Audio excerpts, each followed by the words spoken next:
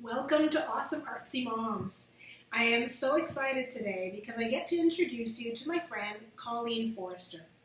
Colleen is the owner of Natural Guild Body Products, but she is so much more than that, and I can't wait to get started. Welcome. Thank you for having me. Yeah, I'm excited. So excited. Shy, but excited. Yeah, well, you won't be shy for long. Okay. So I met Colleen in a creative environment in the context of creativity. So I was curious whether you've always expressed your creativity or it's something that you uncovered as an adult. I was very fortunate when I was younger. Sorry, a little harsh. My mother and my aunt owned an art shop in the South Shore of Montreal where I grew up. Okay. And so we'd always drawn as children and, you do crafts in school, that kind of thing. I was with brownies and all that. So lots of crafts. That was my favorite part of being in brownies and guides. Mm. And my aunt taught art courses, and my mother did too, through the store. So they had the shop with the art supplies, and in the back they would do courses. So by 12, I was doing charcoal drawings, ink drawings, watercolor. So always had the opportunity to be able to do artsy stuff. That is very cool. Yeah, so probably didn't do as much as a teenager, but have really sort of come back to doing a lot of artsy creative stuff, especially in the last 10, 15 years. Mm-hmm. Yeah, I need to create. It's part of who I am. Yes, it is. We're friends on Facebook. Yes. And I see your posts all the time. You've done a workshop and you've created something. It's all of these different art creations. Yes. So how many art forms have you tried and which is your favorite? Oh, gosh, I've done a lot.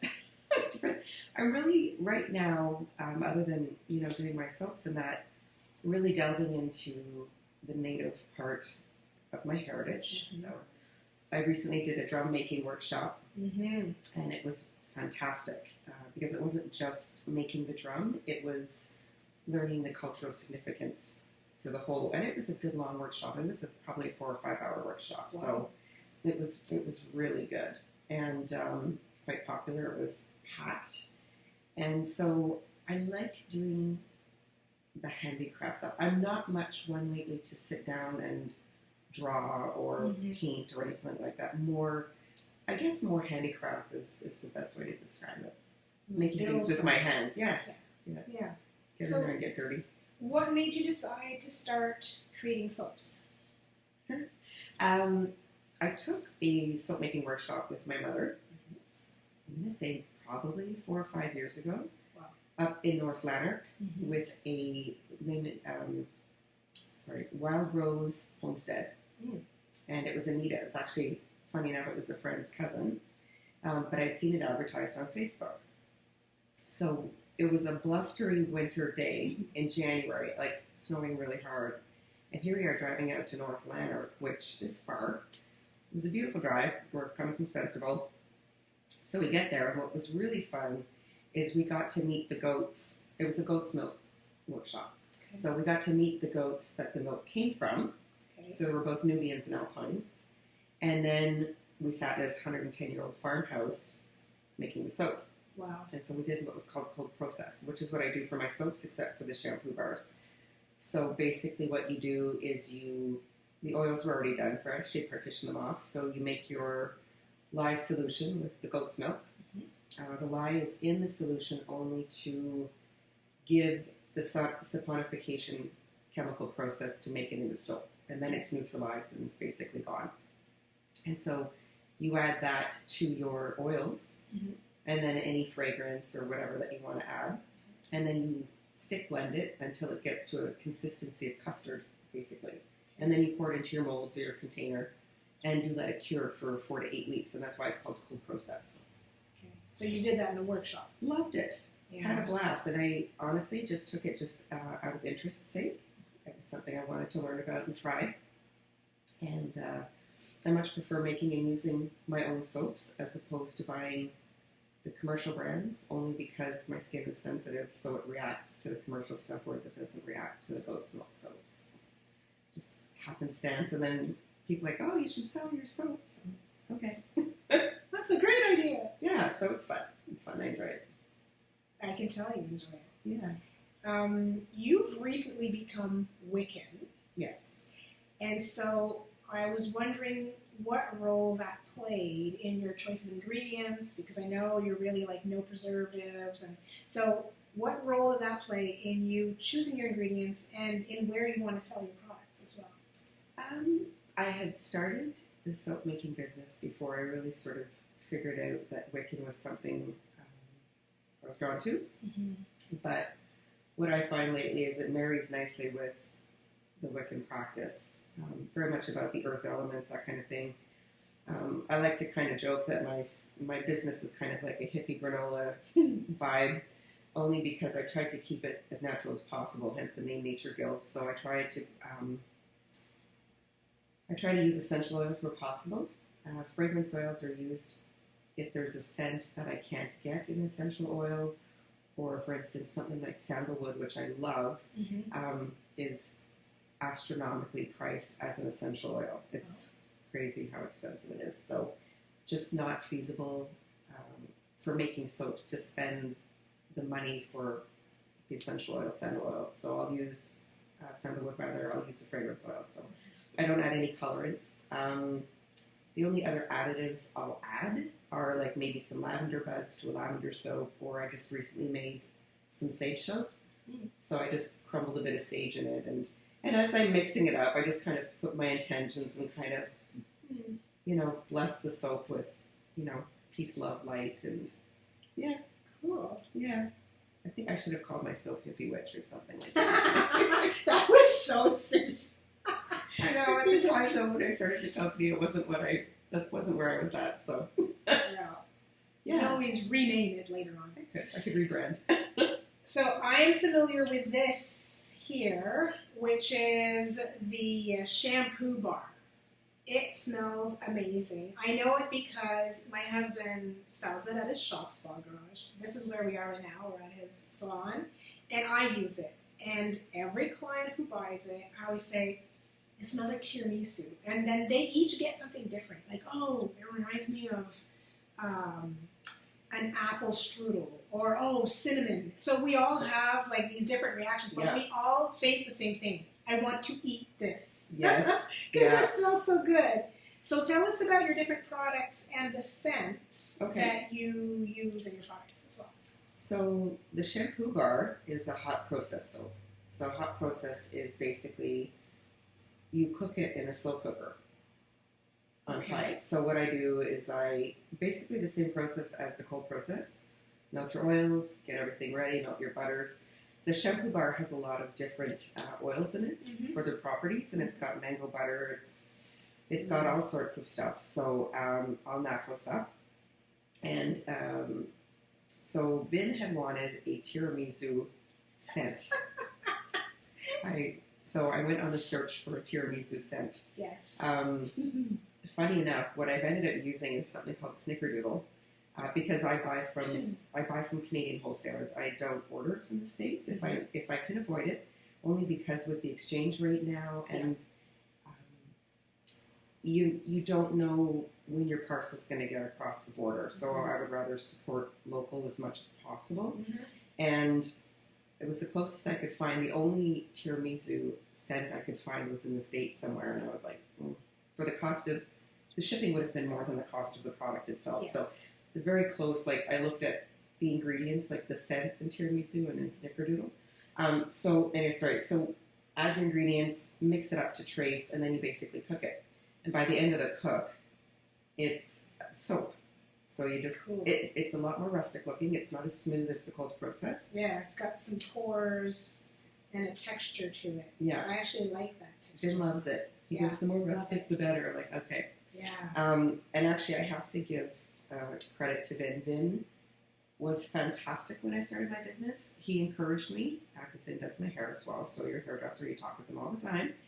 And he really encouraged me, and he offered me a shelf at his shop at no cost to sell my products, which was so sweet and just very encouraging. Both you and Vin have been great, so thank you. I really appreciate your support. It means a lot. It's still here. When you're venturing out, Yeah. And so back to the Wiccan as well. I'm selling my products at Old Magic in Prescott, owned by a friend of mine who's Wiccan. And it's a lovely, lovely shop in an old building with exposed brick, pressed tin ceilings, the old hardwood floors. Like, it's beautiful. Sounds beautiful. So what I brought from there was goat's milk lavender. So and that's the essential oil. Lavender is very relaxing and soothing. Oh, that's nice. So I've got some lavender buds, just not scattered throughout the whole thing, but just on top. And I've got a few different molds. So I try and keep to the rectangle and the half rectangle because I find it's a good size and shape to hold. Yeah. And this is a goat's milk sandalwood. It's the fragrance oil, but it's still got that really nice sandalwood scent. Oh, yeah. It reminds me of something. I don't know what. It's got a nice memory attached. It's very well. Sandalwood is from India, so it's very warm. It's kind of hippie. Yeah. Back to the hippie. Back to the hippie. Yeah. I also and I didn't have any to bring with me today, but I just brought some patchouli coconut milk soap. I'm not going to say it. Patchouli coconut milk soap to Old Magic. So I make my soaps using either goat's milk or coconut milk. And I started making coconut milk ones for friends who were vegan and had a milk allergy. Okay. So that way you don't have to worry about any animal or... It doesn't, and there's no milk products if you have a milk allergy. I would have thought it would have been okay in a soap, but apparently, I guess some people it's anything, a topical application. I do have some smaller ones, and it's wrapped, but it's the ohm. It's a mold. It's an ohm, so it's round. Yeah, and that's the dragon's blood, which I love. Dragon's blood is it's a resin. I love patchouli. It's a resin, and it's so that's the fragrance oil. Nice. And so it's funny. It actually colors the soap naturally. It makes the soap sort of a reddish brown, like a cinnabar type color. And I brought. I also make, and this is sort of. I made this for my mother for Mother's Day one year. I didn't know what to get her, so I made her something. So it's a coconut oil sugar scrub for the hands. And it's got grapefruit essential oil in it. And I got to tell you, it's fantastic. I had one initially. Isn't it great? And we've used the kids and I. It's nice, eh? You need what I really like, it's a little goes a long way. Like, you really don't need lots, just a little bit. And the sugar's gentle, it exfoliates the dry skin. Wash it off with a bit of warm water and soap. And then the hand balm, it's a gardener's hand balm, but it's coconut oil, olive oil, shea butter, coconut oil, shea butter, a bit of vitamin E, and the grapefruit essential oil. And again, a little goes a long way. So I've got these gift sets for $20 at Old Magic. Nice. And they make a nice gift for, a teacher, a parent, a friend, whatever. Yourself. So, I have it's not so cute at home. I have like the bigger jars that just, Yes. Yeah. So, and I like that you know what's going into it. You're making it, when you're giving a gift that's homemade to someone, you want to give it that's been made with love. Yes. So I always try and put a little bit of that in it and everything. Yeah. Yeah. That's great. I love your stuff. Thank you. That's fantastic. Thank you. And I remember using that when you were just starting out. Yeah. And it's fantastic. Oh, good. I love hearing customer testimonials. That's awesome. Yeah. Well, you want to know that what you're making is working and people are happy with it and they like it. Because if not, then you've got to kind of revisit and tweak. Okay, so what went wrong? Yeah. Or maybe this is a scent that I don't put out to a shop anymore. I might like it, but maybe someone else doesn't. So yes. And I do unscented, of course, too, for people who don't. Not every.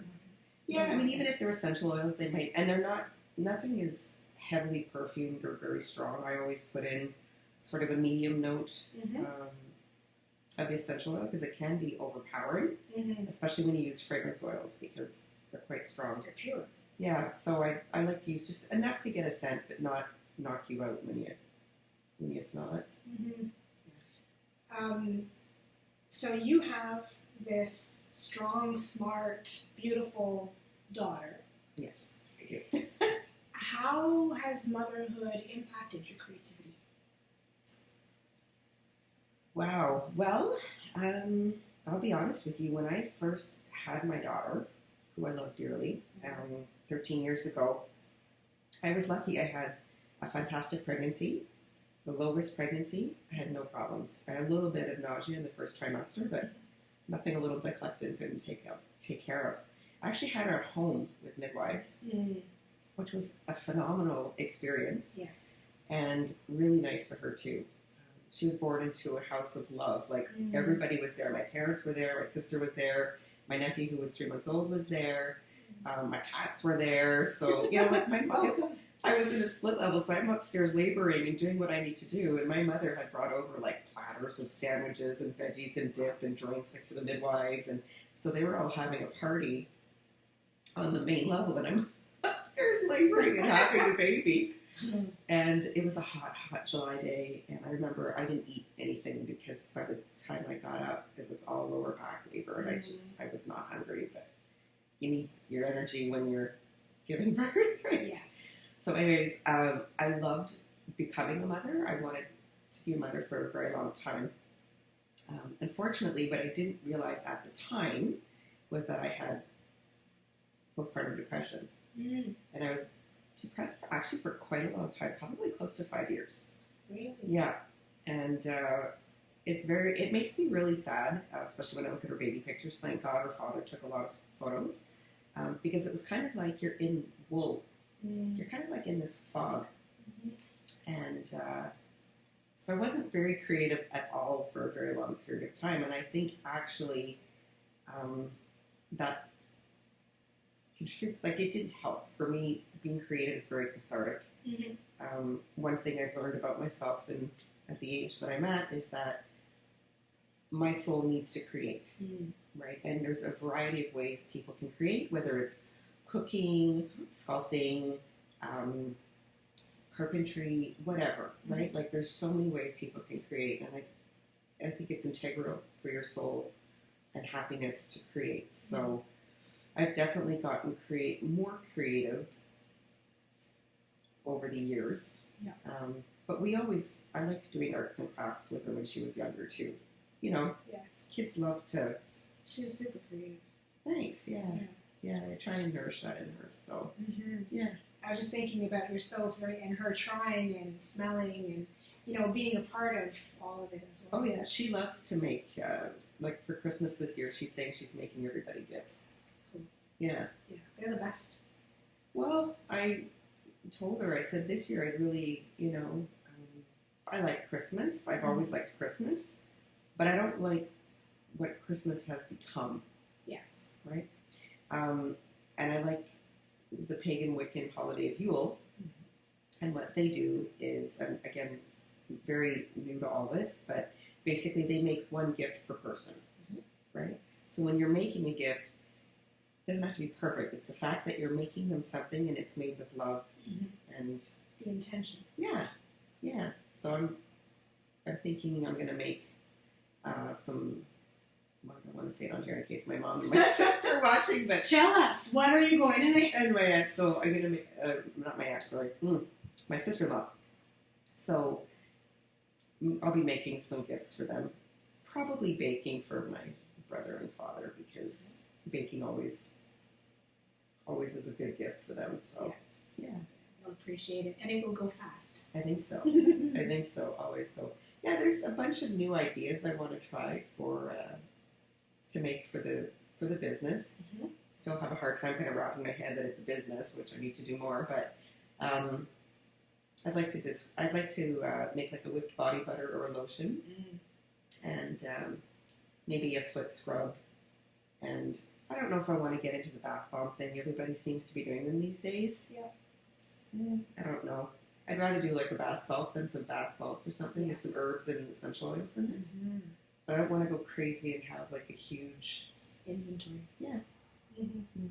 Start small and grow. Well, yeah, you don't want to have a huge. And I find sometimes it's almost like buckshot. If you've got too many products, how can you focus on doing well? So I know that supporting women is very important to you. Yes. Can you tell me about the importance of your biking community? Oh, yeah. That's been in the last couple of years. Mhm. And actually, I wanted to ride for a long time, and my motorcycle license was, oh my God, I'm not lying when I say this, probably 24 years in the making. Wow. I've taken the course a couple of times and everything else. And a few years ago, I was talking with a naturopath because I was quite depressed and sad and was really missing my daughter when she went to her father's. And she goes, "You're pining for your daughter." She goes, "That's not good. So you need to develop some of your own outside interests to do while she's at her father's." Mm-hmm. Okay. So speaking with the same friends, a different cousin who was in the biking community, she told me about a couple of female riding groups. Mm-hmm. And so I contacted them. And so the one that sort of resonated with me more is the Chrome Divas. And so great group of women, a real sisterhood, have a wonderful time. Like we socialize year round. Mm-hmm. And I did a lot more riding this year, and I got my M license finally. Yay. Yeah, than what I have done in the last few years. So, so it's really great. And you know, like if a female friend has a business, Mm-hmm. I will promote it, and you know, as much as I can Mm-hmm. within my own circle. Yes. You've been great for me, just liking and sharing my stuff. Well, you know, honestly, like it doesn't cost me any effort to like someone's posts and share them or tell someone about. You know, the same token, like I promote Vin all the time. He's Mm-hmm. a great hairstylist, yeah, and he's local. Mm-hmm. And I think, you know, like if you're local, then I think you should try him. So I promote him. So one way I'll sort of give back to helping women a bit, as much, you know, is I actually donate quite a few gift packages to auctions for cat rescues, Yes, very involved. for shelters, or that kind of thing. So. Mm-hmm. Yeah, I donate like a scrub, a balm, and a soap, and I wrap it up for them. I mean, it's not huge, but it's something for them to auction off, and Mm-hmm.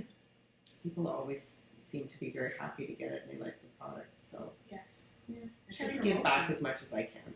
Good promotion too, because once they try it and they enjoy it, then they can follow Yeah, up. hopefully they'll want to replenish it, you know. But Mm-hmm. and I like being able to give back and help. It makes me happy to do that. Yes. Yeah. So, for people watching this who want to buy your products or see your products, or I forgot to ask, you were talking about a workshop that you had these soaps at a workshop, and you were going to bring in whatever extra soaps you had. What kind of workshops are you doing, and what's the ideal setting for your workshops? Okay, so I don't actually do workshops on making soaps or anything. Mm-hmm. With my guides, I'm a Pathfinder leader, Mm-hmm. volunteer. We're actually going to be making some of the simpler Recipes. couple of things, for gifts, probably for them to give for Christmas.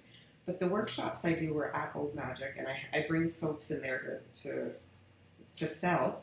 But I do what's called the Book of Shadows workshop Okay. at Sherry's store in Prescott, Old Magic.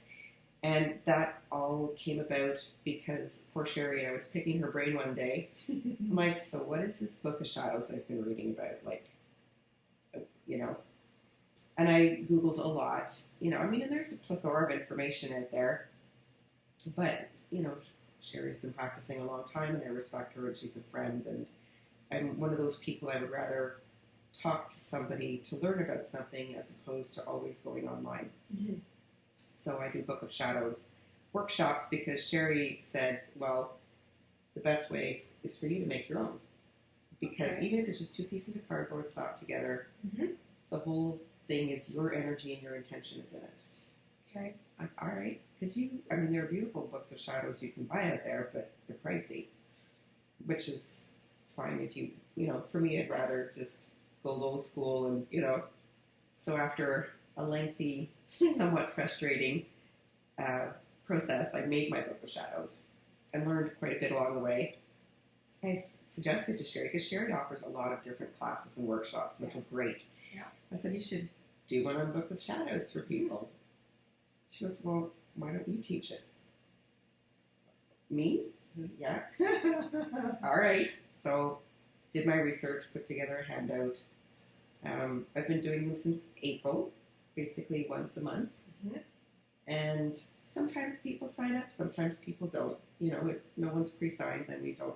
You know, we just cancel it because there's no point going there and setting up if no one's going to show up. So, but it's interesting. It's interesting. Lately, the classes just seem to be like the workshops seem to be just one person, but it's the one person who needs to be there. Right. And it's always a great experience every time. So what's the Book of Shadows? Sorry. The Book of Shadows basically is a witch's journal, a grimoire, if you want to be quite dramatic about it. But so it's a journal. So what you can do is you can keep spells, like whether you do candle magic or I like candle magic for me personally. There's all sorts of spells you can do, whether it's using herbs or so write them down. You write down sort of what your intentions were, and then after you can kind of follow up with notes saying, okay, so this is how I felt when I cast the spell, and these are, this is what's resulted from it, like the results after. You're communicating with yourself. Yeah, kind of. Well, it's a journal, so to speak, right? And you can write down like any, I don't know, herbal blends that you do for oils, or herbal blends for even teas, the pagan sabbats, or the Wiccan sabbats, the holidays, celebratory foods for each of those holidays. Okay. Anything. It can be used, any visions you have, any crystals and their properties, the goddesses that you like, because Wicca is different gods and goddesses. There's the elements. It's very nature-based. Mm-hmm. It's old. It's nature-based. So you can put gratitude. If something comes to mind, you can sketch it up. The phases of the moon. I mean, it's very thorough. That's great. There's a lot. Yeah. There's a lot of information out there. So how long is your workshop? It's 2 hours. And some people don't stay the full 2 hours because what we do is I give them like a cover to backing and some parchment sheets to put in, and then they can customize their cover, however, how little they like. I'm very much about, you do it, when you're working on this, you have to work on it when you're in a positive frame of mind, because you want to put positive energy and positive intention into it. Yes. You don't want to work on it if you've had a bad day and you're feeling kind of cranky, because you don't want to put that kind of energy into your book, or frustrated or whatever. Yes. So mine took me a while to do. I just pled away at it. And so some people are really artsy, crafty people, and they want to do it that night, and they do, and it's fun. I take photos. And some people are, they'll assemble it. They'll do a couple of small things, and then they're like, yeah, I think, I really just wanted to kind of come for the content, and I want to finish this at home. I'm like, that's great. It's totally up to you. This is your workshop. Whatever you want to do, we'll do. But I always ask them, I give them my card, and I just ask them to send me a photo of their finished one after, because I want to see. What has it turned out? Yeah, it's really, there's so many different types of covers and styles that people end up doing. Like, we do a hole punch one, so you can add pages as you need to. Yeah. And so whether they tie it with ribbon or jute or, everybody's different, right? Yeah. So it's fun to see what comes back, because it really reflects who the person is. Yeah, everybody's unique. Yeah, it's great. It's fun. I really enjoy doing the workshops, and I love meeting the people. It'll draw people that you resonate with. Yeah, I've met some really, really interesting people. Wonderful. And funny, I think I've only ever had women at my workshops. I don't think I've had any men. At the Book of Shadows, there have been men at other workshops, you understand? But at my Book of Shadows, I haven't had any men yet. Yet. We'll see. You never know. That's right. So I'll go back to my question that I interrupted because I realized I didn't ask about the workshops. How do people get a hold of you if they want to see or buy your products or book a workshop? To get the products, they're Nature Guild body products, so I have a Facebook page. I have web domains. I just haven't developed a web page yet. I have to get there. I was thinking about that. If I want to take the business to the next level, I have to have an online presence more than just Facebook.